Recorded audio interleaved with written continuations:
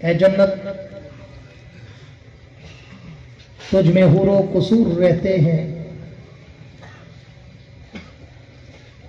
اے جنت تجھ میں حور و قصور رہتے ہیں، میں نے مانا ضرور رہتے ہیں، پر میرے دل کا طواف کر جنت کہ میرے دل میں حضور رہتے ہیں۔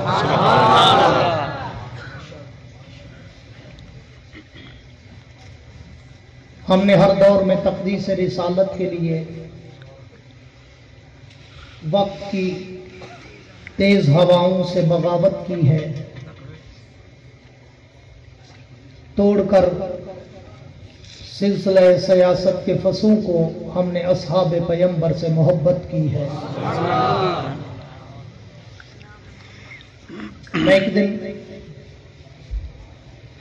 ظلم کے چہرے کو آخر نوچ ڈالوں گا،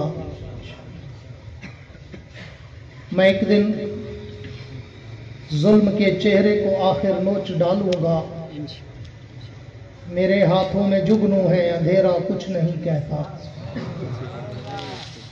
تلا تم خود بخود بےتاب رہتا ہے سلامی کو، اگر تیراک اچھا ہو تو دریا کچھ نہیں کہتا۔ میرے انتہائی واجب الاحترام قابل صد اعزاز ذی قدر علماء کرام، شعراء کرام، قراء حضرات، طلباء کرام، عمائدین علاقہ، معززین شہر، صحافی حضرات، سرکاری اہلکاران، حاضرین و سامعین، بزرگان دین اور نوجوان دوستو، آج 27 اکتوبر سن 2023 کو جنوبی پنجاب کے اس معروف ادارہ جامعہ عثمانیہ خانگڑھ کے سالانہ سیرت بعنوان اسوہ حسنہ کانفرنس کے موقع پر استاد العلماء، عالم بعمل، پیکر اخلاص و سادگی، یادگار اسلاف حضرت مولانا احمد یار خان صاحب دامت برکاتہم العالیہ کی دعوت پر اپنے بھائی، اپنے دوست، جمعیت علماء اسلام کے انتہائی دیرینہ کارکن اور خانگڑھ کے رہنما قاری عزیز الرحمان صاحب کی پرخلوص دعوت پر حاضری کا اتفاق نصیب ہوا ہے۔ دعا ہے کہ اللہ رب العزت اس ادارے کو دن دگنی رات چگنی ترقی عطا فرمائے۔ جو زندہ بیٹھے ہیں وہ آمین بھی کہیں۔ سفر کرتے آسان تو تھک کے دے میں بیٹھے ہوں جی میں مدینے چوشدے پیدا قاری عزیز الرحمان صاحب آگے سی 1.5 گھنٹہ پورا ہو گیا، وہ پہلے انہیں جا لائٹاں ڈیم میں بہرحال دعا ہے اللہ اس ادارے کی اور تمام دینی اداروں کی مشکلات کو آسان فرمائے۔ آپ نے حضرت سے بھی اور حضرت کے صاحبزادہ صاحب سے بھی مدرسے کی کارگزاری سنی، اور میں بھی ایک عرصہ دراز سے ان سے متعلق ہوں، آنا جانا رہتا ہے، ان کی محنتیں، ان کی کاوشیں میں بہت عرصہ پہلے سے 1980 سے دیکھ رہا ہوں، کوئی 43-44 سال تو مجھے بھی ہو گئے ان کو محنت کرتے دیکھتے۔ عمر کے اس حصے میں آ کر بھی انہیں نہ اپنے گھر کا غم ہے، نہ اپنے بچوں کا غم ہے، نہ اپنی بیماری کا غم ہے، پھر بھی مدرسہ اور مدرسے کے طلباء کا غم ہے۔ سبحان اللہ۔ میں آخر میں کچھ معروضات اس عنوان پہ بھی آپ کے گوش گزار کروں گا۔ سردست میں سوچ میں مبتلا ہوں، آج میں خانگڑھ والوں کی نظر کیا کروں۔ میں تو بڑی جاگتی ہوئی طبیعت کے ساتھ آیا تھا کہ آج کوئی جیتی جاگتی گفتگو کروں گا، کیونکہ خانگڑھ کی ایک تاریخ ہے، خانگڑھ کا ایک جذبہ ہے، خانگڑھ کا ایک ولولہ ہے، جو مجھے بڑا پرانا یاد ہے، لیکن مجھے یہاں آ کر آپ کی یہ ڈم لائٹیں دیکھ کر، مدھم چہرے دیکھ کر بڑی مایوسی ہوئی اور میں موضوع کو پھر چینج کرنے پہ مجبور ہو گیا۔ اس لیے اگر آپ چاہتے ہیں کہ میں کچھ نہ کچھ آپ کے گوش گزار کر جاؤں تو پھر یہ تھکے اور ٹوٹے اور پھوٹے اور روٹے چہرے لے کر نہ بیٹھو۔ میں کہا کرتا ہوں کہ اگر مجھے سننا ہو تو پھر آپ کے چہروں پر کوئی تھکاوٹ، کوئی اکتاہٹ، کوئی گھبراہٹ، کوئی مرجھاہٹ، ہچکچاہٹ، کپکپاہٹ، تڑتڑاہٹ نظر نہ آئے، بلکہ اتنا کھل کے اور کھل کے بیٹھا کرو کہ تمہاری جبینوں پر ستاروں کی جگمگاہٹ ہو جائے۔ مزہ تو تب ہے نا کہ دونوں طرف آگ برابر لگی ہے۔ جیسے آپ چاہتے ہیں کہ مقرر مائک پر آئے تو ہمیں مزہ آ جائے، تو مقرر بھی چاہتا ہے مجھے ایسے ہنستے مسکراتے کھلکھلاتے لہلہاتے چہچہاتے چہرے نظر آئیں کہ میری بھی تھکاوٹ اتر جائے۔ اس لیے میں کہا کرتا ہوں کہ میں کوئی لمبی چوڑی تقریر کا عادی نہیں، کوشش کرتا ہوں کم بولوں اور کام کا بولوں، اور میں کہا کرتا ہوں کہ 1985 سے میں نے اس خطابت کے سمندر میں قدم رکھا تھا، آج 2023 ہے، 38 برس گزر گئے، پتہ ہی نہیں چلا۔ ہاں، مگر آپ میری کوئی تقریر آڈیو ویڈیو کیسٹ سی ڈی پاکستان کی، عرب کی، عجم کی، کینیڈا کی، افریقہ کی، یورپ کی، انگلینڈ کی، سوئٹزرلینڈ کی، جرمن، فرانس، بیلجیم، 70 سے زیادہ ملکوں میں اللہ مجھے لے گیا، سنے تو اس میں نہ میری کوئی لطیفے ہوتے ہیں، نہ کوئی چٹکلے ہوتے ہیں، نہ کوئی ہنسانے رلانے گھمانے اور وقت ضائع کرانے کی باتیں ہوتی ہیں۔ میں ایک الگ دھن کا خطیب ہوں، اپنے موضوع سخن کے سمندر کی لہروں پہ تیرتا ہوں، پھر اس سمندر میں غوطے کھاتا ہوں، بڑی گہرائی تک جاتا ہوں، ہیرے اور موتی اٹھاتا ہوں، تمہارے دامن میں سجاتا ہوں، دیوبند کا عقیدہ بتاتا ہوں۔ اور کرتا اس وقت ہوں جب سامنے بیٹھے ہوئے چہروں پہ بھی کوئی جذبہ چھلک رہا۔ اب ایک دفعہ زندوں والی کہو سبحان اللہ۔ یہ بھی بیماروں والی تھی جو پیچھے اندھیرے کا فائدہ اٹھا رہے ہو نا، پیچھے والے گنگے۔ ہاں، اب ایک دفعہ عاشقوں والی کہو سبحان اللہ، تاکہ اقبال میں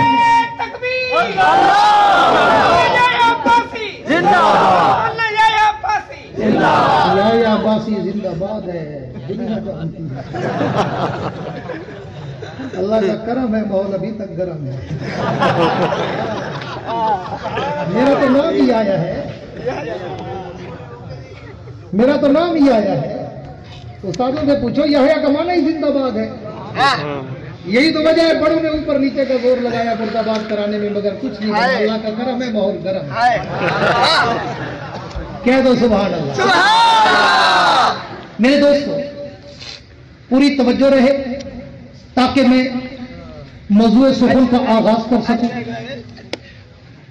مجھے حکم ہوا ہے کہ میں کوئی 2-3 سال پہلے اس پروگرام میں شریک ہوا تھا، تو میں نے اس دن یار غار پیغمبر، رفیق ہجرت، رفیق جنت، رفیق کوثر، طیبہ، طاہرہ، زاہدہ، عابدہ، عتیقہ، عفیفہ، ام المومنین جناب سیدہ عائشہ صدیقہ کے بعد امیر المومنین، خلیفۃ المسلمین، خلیفہ بلا فصل جناب سیدنا ابو بکر صدیق اکبر کی عظمت کو سلام کیا۔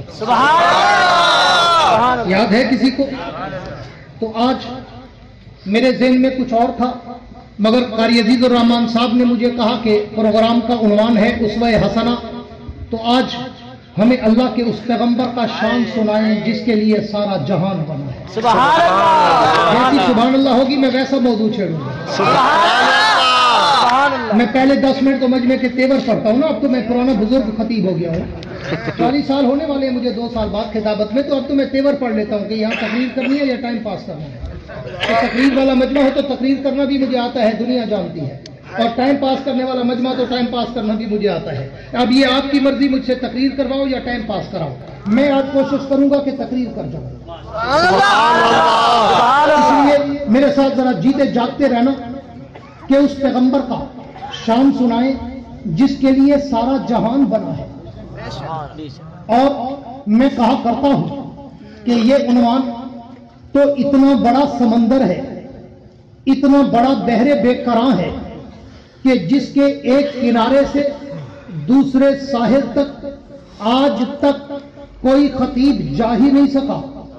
چہ جائے کوئی میرے جیسا طفل مکتب، کوئی میرے جیسا طالب علم جو کم علم، کم عمر، کم فہم، کم گو، کم تجربہ کار، وہ اللہ کے نبی کی سیرت و مدحت، عظمت و رفعت و منقبت پر کیا لب کشائی کرے، کیا خوش چینی کرے، کہ جس کے لیے میں انداز فاروقی شہید میں ایک جملہ کہا کرتا ہوں کہ اس عنوان پر تو اگر ساری کائنات کے خطیب، ساری کائنات کے ادیب، ساری کائنات کے باعث، شاعر، مقرر، مبلغ، مفکر، محقق، مصنف، مدکر، رائٹر، قلمکار، علماء، اولیاء، اصفیاء، اتقیاء، شعراء، بلغاء، ادباء، فصحاء، حتیٰ کہ ساری کائنات کے انبیاء بھی اگر مل کر میرے نبی کی سیرت نگاری، میرے نبی کی مدح سرائی، میرے نبی کی عظمت و رفعت و منقبت کے چرچے کرنا چاہے تو پھر آخر میں سب کو تھک کے، ٹوٹ کے، ہار کے، جھک کے، ہاتھ باندھ کے اعتراف شکست کرتے ہوئے اس شاعر کی طرح کہنا پڑتا ہے کہ جس نے 40 برس تک میرے نبی کی سیرت میں کلام لکھا، میرے نبی کی صورت میں کلام لکھا، میرے نبی کی عظمت و رفعت و منقبت پر کلام لکھا، جب نے اس نے لکھنے کا آغاز کیا تو عمر 30 برس، جب وہ لکھنے کا اختتام کرنے لگا تو عمر 70 برس، جب وہ شاعر 70 برس کی دہلیز پہ پہنچا تو اس نے ایک دن اپنا سارا کلام، اپنا سارا دیوان، اپنی ساری نعتیں، نظمیں، غزلیں، رباعیات کے ساتھ اشعار ٹیبل پہ رکھے اور اللہ کے پیغمبر کو تصور رات کی دنیا میں لا کر مخاطب ہو کر کہنے لگا، حضور اب میری عمر 70 برس کی دہلیز پہ پہنچ چکی، میری سماعت و بصارت جواب دینے لگی، میری ذہانت و فطانت و متانت جواب دینے لگی، میری قوتیں گویائی لڑکھڑانے لگی، میرے قلم کے جنبش ٹوٹنے لگے، میرے بات ختم ہونے لگے، میری سیاہی خشک ہونے لگی، لیکن حضور میں پوری زندگی لگا کر بھی آپ کی سیرت کا، آپ کی صورت کا، آپ کی عزت کا، آپ کی عظمت کا، آپ کی رفعت کا، آپ کی منقبت کا، آپ کے شان و مقام کا حق ادا نہیں کر سکا۔ اس نے آخری شعر لکھ کر اپنے کلام میں روح باندھتے ہوئے کہا، حضور میں مرنے سے پہلے ایک طرح سے شکست کرنا چاہتا ہوں کہ تھکی ہے فکر رسا، مطلب باقی ہے قلم ہے آبلا ہوا، مطلب باقی ہے ورق تمام ہوا، مطلب باقی ہے تمام عمر لکھا، مطلب باقی ہے۔ تکبیر، شان محمد مصطفیٰ، ہاتھ اٹھا کے سیرت مصطفیٰ، صورت مصطفیٰ، علامہ یحییٰ عباسی صاحب۔ میرے دوست، اس پیغمبر کا شان اور میرے جیسے طفل مکتب کی گنگی زبان کیا کرے بیان جس کے لیے اترا ہوتی اس پاروں کا قرآن۔ کان خلق القرآن، طیبہ کائنات نے کہا تھا کہ میرے نبی کی سیرت، صورت، عزت، عظمت، رفعت، منقبت، میرے نبی کا تقدس، ناموس، رسالت، شریعت، صداقت، عدالت، دیانت، جرت، شجاعت، سخاوت، منقبت، عفت، عظمت، رحمت، جلال، جمال، کمال، اطراف، عادات، اقوال، افعال، اعمال، انوارات و تجلیات کے خد و خال اگر دیکھنا چاہتے ہو پھر دوڑے مرثیے، قصیدے، قوالی کی ضرورت نہیں ہے، الحمد کی الف سے لے کر والناس کی سین تک خدا کا قرآن پڑھتے جاؤ، محمد کا شان پڑھتے اس پیغمبر کا شان، اس نبی کا مقام کون کر سکتا ہے بیان؟ اور آج میں کہا کرتا ہوں کہ کچھ لوگ بیچارے احمق، ارجل، اڑیل، اخبص، اشتن، ارزل، علم و عمل سے تئی دست و تئی دامن، کورے ڈھورے بھورے، لکڑ ہضم، پتھر ہضم، نالی ہضم، گٹر ہضم، کون کا سب کچھ کھا کے اینڈ پہ کیا کہیں گے؟ یہ ڈینومنے ہے، وہاں بھی ہے، ادھر نہیں جانا، وہاں بھی ہیں، نبی کو نہیں مانتے، نبی کے گستاخ ہیں، نبی کو اپنا بھائی سمجھتے ہیں، نبی کو اپنے برابر سمجھتے ہیں، نبی کو اپنے جیسا عام بشر سمجھتے ہیں۔ کون ہے ابو جہل کی نسل جو نبی کو اپنے برابر سمجھے؟ نبی اور تیرے میرے جیسا ہو ہی نہیں سکتا، امپاسبل، ناممکن، خیالت تو محالت تو چنو، وہ نبی تیرے اور میرے جیسا نہیں، کیوں؟ اس لیے کہ تیرے میرے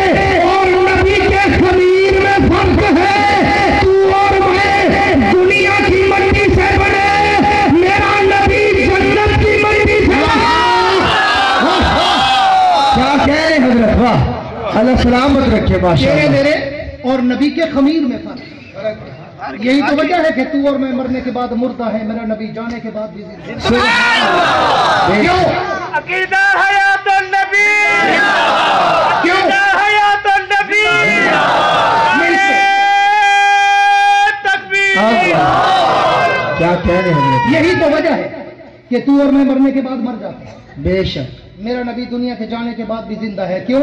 اس لیے کہ جنت کی کسی شے میں فنا ہے ہی نہیں. بے شک جنت کی ہر شے میں دائمی بقا ہے، دائمی. اور میں آپ کو 2-3 حدیثیں سنا کر اس کا خلاصہ نکالنا چاہتا ہوں. اللہ کے پیغمبر کا فرمان ہے کہ ما بین بیتی و منبری روضۃ من ریاض الجنہ. پوری توجہ میری طرف رکھنا. ما بین بیتی و منبری روضۃ من ریاض الجنہ. حضور فرماتے ہیں میرے روضے کا ٹکڑا جنت کا ٹکڑا ہے. جنت کا، جن کو اللہ نے زبان دی ہو گونگا نہ ہو وہ بولے جنت کا ٹکڑا ہے. اب ذرا دوسری حدیث ذہن میں رکھنا. حضور اکرم صلی اللہ علیہ وسلم کا فرمان ہے جو جس جگہ کی مٹی سے پیدا ہوتا ہے اسی جگہ کی مٹی میں دفن ہوتا ہے.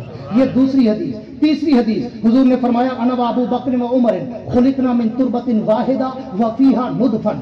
میں، ابو بکر، عمر، ہم تینوں ایک مٹی سے بنے، ایک مٹی میں دفن ہوں گے، قیامت کے دن ایک مٹی سے اٹھائے جائیں گے. میں ان تینوں حدیثوں کو سب ملا کے تجویز کرتا ہوں اور اسی تجویز پیش کرتا ہوں تو مجھے پتا چلتا ہے کہ میرا پیغمبر تو آیا ہی جنت سے تھا، گیا بھی جنت میں ہے، اٹھے گا بھی جنت سے، جائے گا بھی جنت میں. نعرہ تکبیر، شان محمد مصطفیٰ. اس پیغمبر کا شان. لوگ کہیں گے پوری توجہ رہے، میں بڑے مختصر پیرائے میں پتہ ہی نہیں چلے گا میری تقریر ہوتی ہے بھائی. میں یہ جہاز سے اڑے نہ لوگ ہوئے جلدی ختم کر دیں. جلدی جو کراچی آ گئے کیا کریں وہ آدم شاید وہ پھٹی چڑھائی ہستے بیٹھے 2 گھنٹے والا مولی کچھ سورو کچھ گورو کچھ ویلا کچھ شیلا کچھ لٹا کچھ کٹا کچھ پھٹا. میں نے اس لیے شروع میں کہا میرے پاس نہ لطیفے نہ چٹکلے کچھ بھی نہیں ہے. میں ٹو دی پوائنٹ سمندر کی طرح بہتا ہوں، نہ سانس لیتا ہوں نہ لینے دیتا ہوں.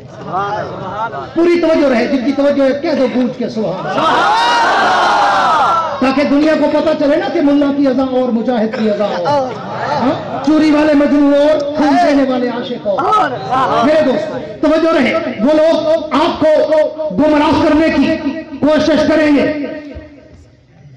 مس گائیڈ کرنے کی کوشش، کنفیوز کرنے کی کوشش کریں گے کہ جناب یہ تو دیوبندی ہے، وہابی ہے، نبی کے گستاخ ہیں، نبی کو اپنے جیسا کہتے ہیں. اور نبی تیرے میرے جیسا ہو ہی نہیں سکتا. میں روئے زمین پہ گھوما ہوں، ہر جگہ، عرب، عجم، یورپ، افریقہ، کینیڈا تک دنیا میں جا کر میں نے ان کو جواب دیا ہے. کون کہتا ہے کہ نبی تیرے اور میرے جیسا ہو ہی نہیں سکتا؟ کیوں؟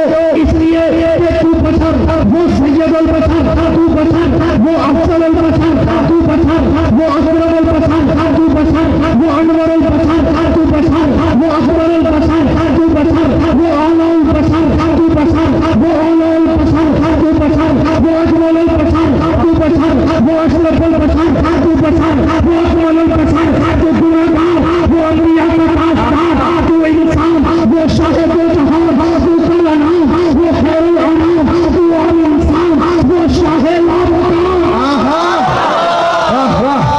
کیا کہہ رہے ہیں حضرت؟ وہ نبی تیرے اور میرے انہیں سٹپنے کو تبھی لاؤ چاہ ایک چہرہ کے نہیں بیٹھا.